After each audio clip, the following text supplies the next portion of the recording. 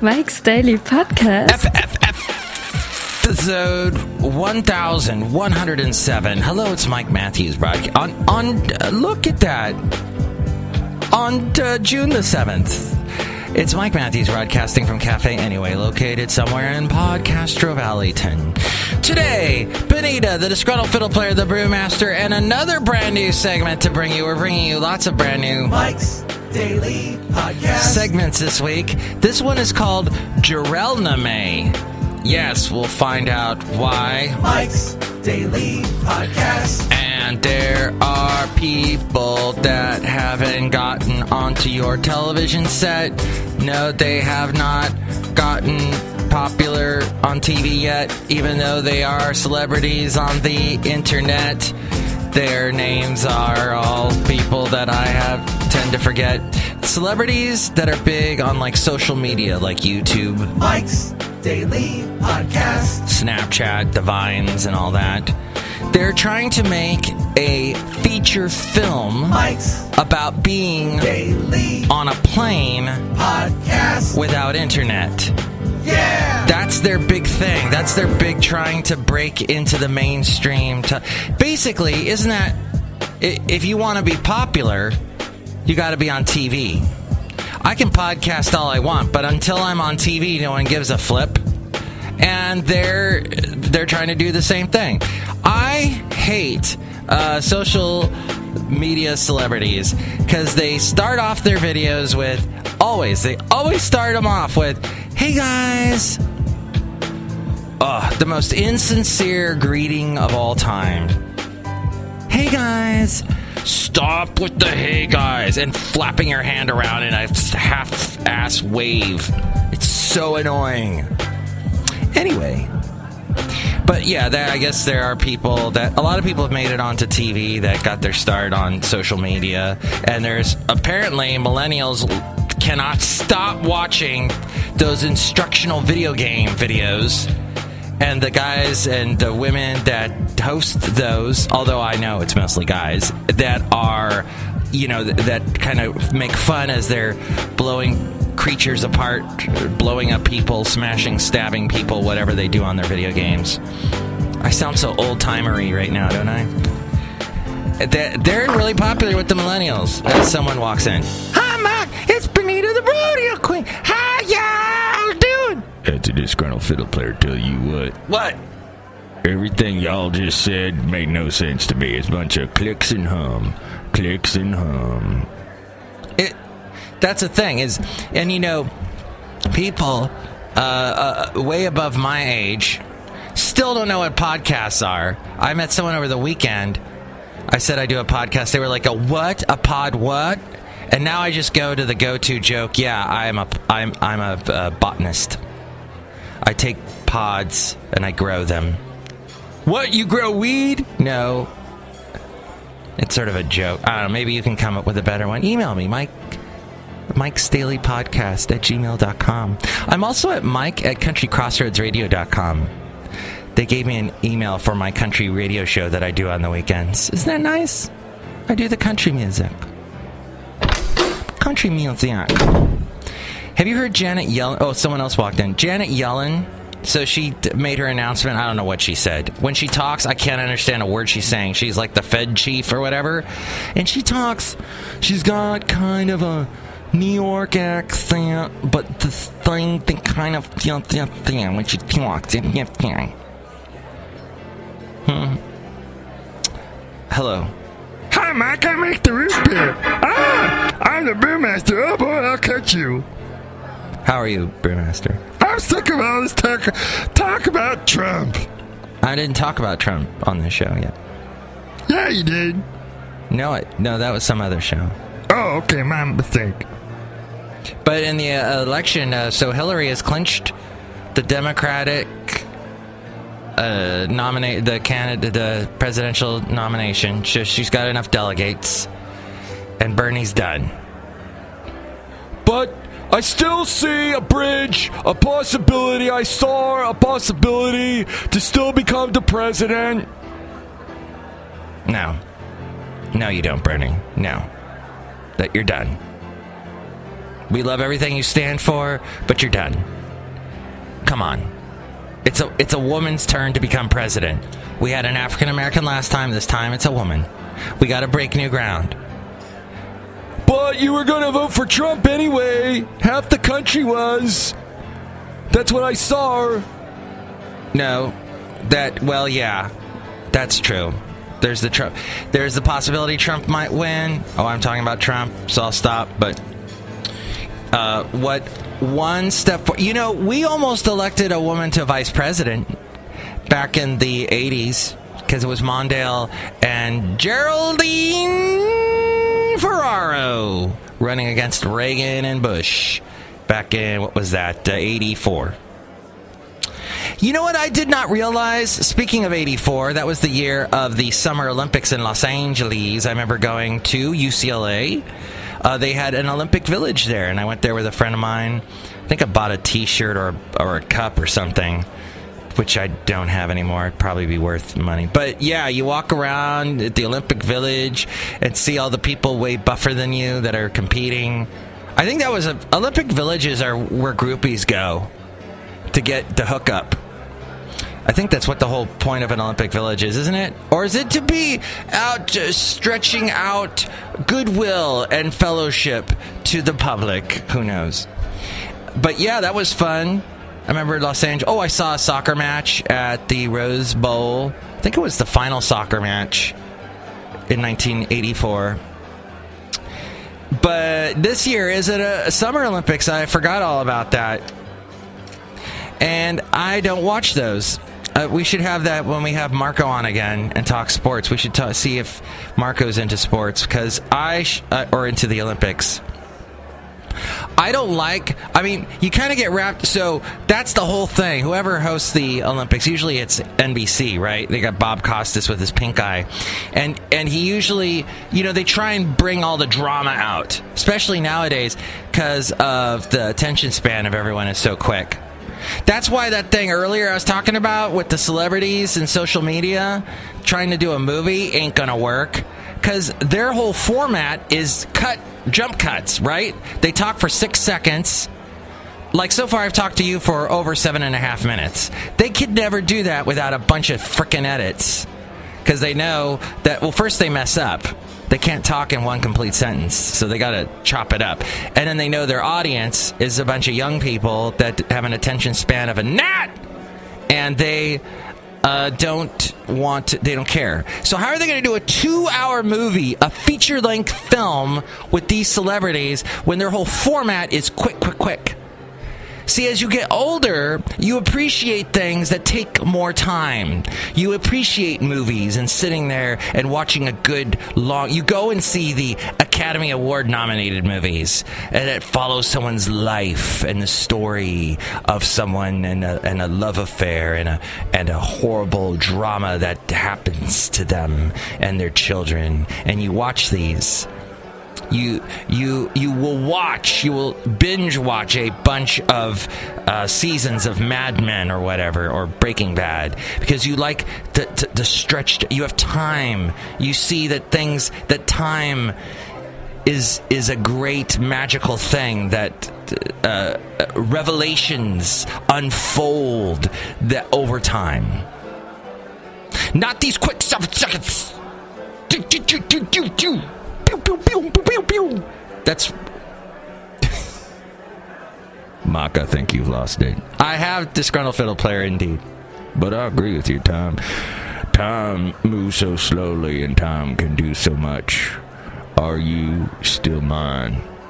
Mark, we gotta go and make some pottery. Bow, bow. That was a Ghost reference. A movie that took 2 hours to unfold and unwind and tell you a story about ghosts and the love that Patrick Swayze and Demi Moore had for each other. It was a deep love, and you walked out of the theater crying because you knew that the love, you can take it with you into the light. Hey, did you know that they have a sunscreen detector that they've made? So let's say you put on sunscreen and you're laying out in the sun in the summertime, and you don't know, maybe you need some more sunscreen. You've got this little patch now that you put on, and if you need more sunscreen, it notifies you. It turns a different color, and then you put more sunscreen on. But Mike, wouldn't you just know by the... No, you don't know. And you should put the sunscreen on. So when I go visit my mom in Florida, oh, by the way, let's all pray for Floridians. Let's all pray and think good thoughts for them, because a stupid Colin storm is blowing through. I hate Colin. But I love Bougainvillea. And my next door neighbor, has a huge Bougainvillea bush. Well, Bougainvillea is all fun and games until you try and cut it down, and then you get stabbed by a million little thorns. But that being said, which that is a reference to something you're going to hear a little later on the show. That being said, Bougainvillea is wonderful, beautiful, and what happens is it's right by my kitchen, my next door neighbor's Bougainvillea, and it illuminates my kitchen with this beautiful, all the little red leaves. This beautiful red glow has filled my kitchen. It's so nice. I don't want my neighbor to cut back the Bougainvillea. I say that until a vine goes into the kitchen and stabs me dead. California is full of crappy drivers. I just want you to know, especially the Bay Area. Brewmaster, do you drive? Hell no. Thank God. Because what we need now is another bad driver on the roads of California, of the Bay Area. People don't stop at stoplights. I watched someone today speed up and tailgate someone when there was 2 lanes on either side. They could have gone around this guy, but they had decided they wanted to tailgate. And that's not the first time I've seen that at 4:30 in the morning driving to work. What the hell? I mean, we're Californians. We love our cars. What can we show a little respect for the art of driving, please? The driving I see is deplorable. I wish I had a film of camera, of video camera. I need one of those Snapchat people, those Vine people to film. No, they would only film in 6-second intervals. I need something a little bit longer because of time unfolding. And you see the horrible drivers in California. It's just so bad. So, California elections today. Hopefully I don't die on my way to vote. And Google, apparently, the judge will not hear an appeal by Google. They're being sued. Google's being sued by a bunch of companies that say Google's advertising on lower platforms. I don't understand the story.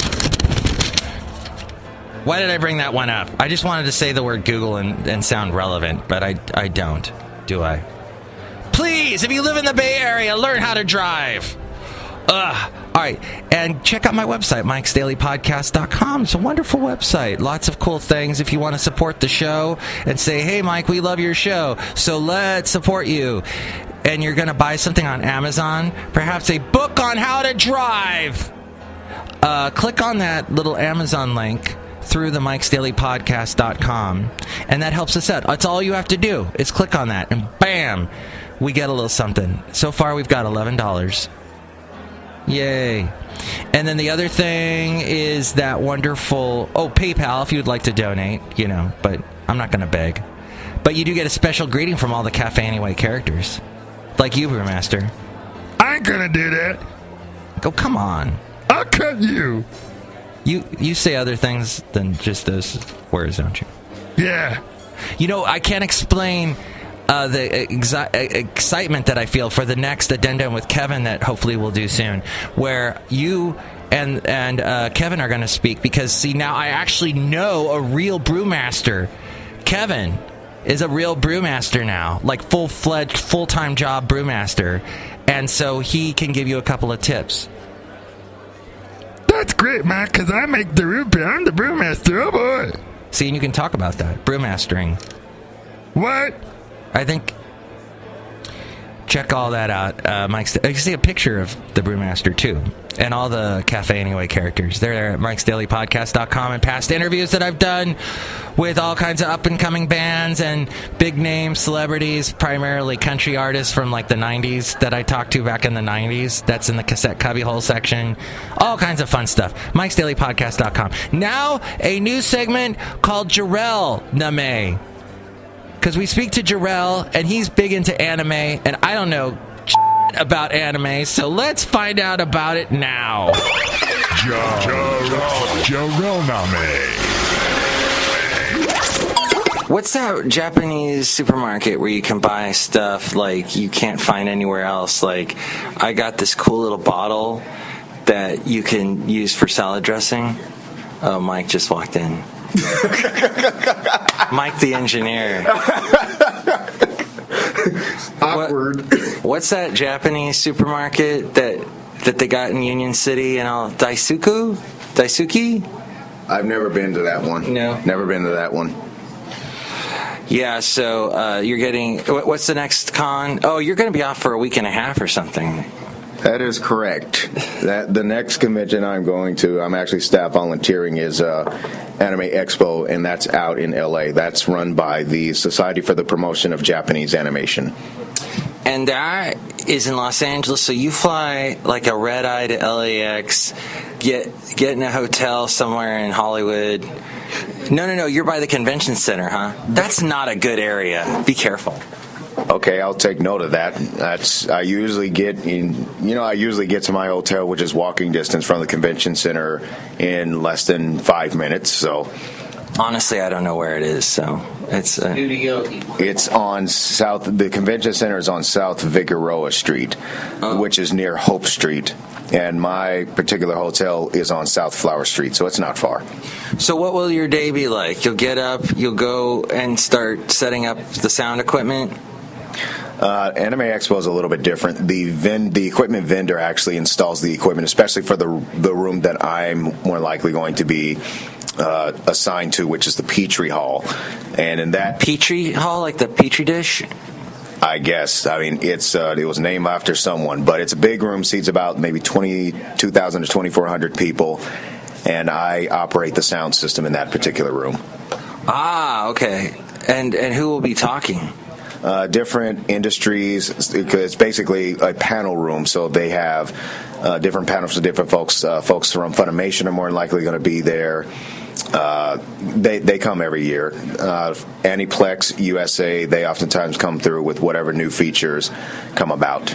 Will Ben Affleck be there to talk about Batman? I don't know.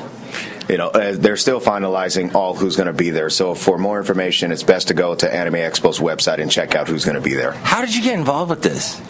It started, as a matter of fact, a former coworker here at the station I work at. He actually told me about a few of the conventions. So the first one was Fanime he told me about. So I attended back in 2011 at Fanime and then looked at everything and was like, wow, I could really get involved with this. So then the next year I decided to consider staffing. So that's when I applied to staff in the Department of Tech, which handles all of the audiovisual equipment throughout the convention. But then when Anime Expo came about, I actually stumbled across that, put in my application and resume, and the funny story behind that is, because that was back in 2013 was the first time I staffed. The funny story behind that is when I first applied, I actually the staffing recruiting was actually closed. And then about maybe somewhere around February, I got a call from the division manager, the assistant division manager, asking if I was still interested.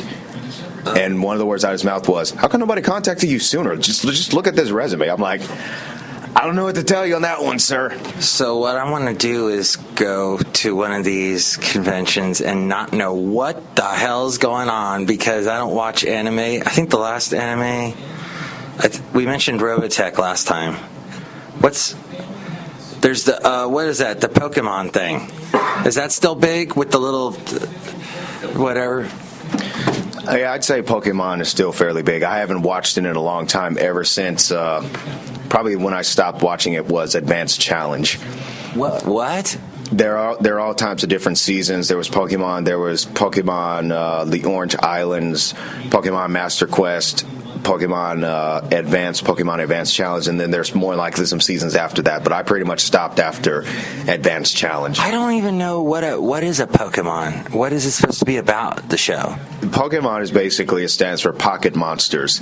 So in essence, there are different types of animals that have special abilities, and for some odd reason, they can understand English, but they cannot speak English, except for one in particular who goes by the name Meowth, that's with Team Rocket. For some odd reason, that's the only animal that can actually, an animal monster in a way that can actually speak English. But one of the most common, the Pokemon who is also with the main protagonist of the show, Ash Ketchum, his main Pokemon is Pikachu, which he's I've heard of that one. Yeah, Pikachu is an electric type Pokemon, to which, I would say under nominal circumstances, if a monster like that actually was actually alive, and you would probably be dead before you even realize you got shocked. Pikachu, I pick you. Is that something? That phrase? The phrase in particular is Pikachu, I choose you. Oh, okay. But why do they say that? I suppose that's just the preference of the particular character based on the script. Oh. Well, Mike, the engineer that was in here, has left. So, I don't know. He seems to be on some kind of a search, but a lot of interesting things going on. Your advice to aspiring anime convention goers? I would say the biggest thing is, if you're going to attend, bring friends, because you want somebody to be able to hang out with and share the experience with. Furthermore, you want to make sure that you stay hydrated, because most of these events, especially the biggest events, Fanime and Anime Expo, they're in the summertime. FanimeCon convenes on Memorial Day weekend each year. Anime Expo convenes on Independence Day weekend. So you want to make sure that you remain hydrated, and also you want to make sure that you get a good balanced meal, because you're going to be on your feet a lot going from attraction to attraction. So that's important. And you also want to make sure that you rest. And if you are going to cosplay, which basically is, making up your own costume in relations to a character from an anime, there are all types of YouTube videos out there of professional cosplayers who are willing to share their hardships and their mistakes, so you can have the best cosplay possible as well. That being said, I just wanted to say that because there's a guy I produce a show for. When he interviews someone, he always says, "That being said," and then he goes into another question. So, that being said, thank you for making me feel a little more Japanese today, Jarrell. Well, glad to be of help, Mike, and thank you for having me on your show, and hope to see you at one of the conventions. Oh, I can't wait. And don't worry, you don't have to cosplay. That's just an option.